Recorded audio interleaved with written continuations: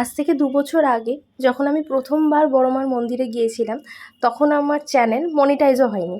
তো তখন আমি মায়ের কাছে একটা মানসিক করেছিলাম যে আমি যখন প্রথমবার আমার চ্যানেলের পেমেন্ট পাবো, তো তখন আমি আমার সেই সামর্থ্য থেকে মায়ের জন্য কিছু মাকে কিছু দেবো। তো হ্যাঁ, জানি অনেক দিন লেট হয়ে গিয়েছে বিভিন্ন কারণের জন্য। যে গিয়ে উঠতে পারছিলাম না, যে হয় না, বলে না যে ঠাকুর যদি না টানে তুমি সেখানে তোমার যাওয়া হবে না, তো সেইটাই বলতে পারো। তো এই ২ বছর পরে আজকে ফলহারিণী অমাবস্যার পরের দিন তো আমি মা আর ভাই চলে গিয়েছিলাম বড়মার মন্দিরে।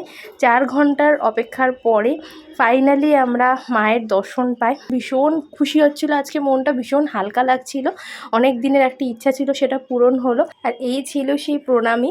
আজকে তুলনামূলকভাবে ভিড়টা বেশিই ছিল, কিন্তু তার মধ্যেও আমরা খুব ভালোভাবে মায়ের পুজো দিই। পুজোর পরে আমার শরীরটা একটু খারাপ হয়ে গিয়েছিল এত গরমের জন্য। তারপর ট্রেনে করে চলে আসি বাড়ি।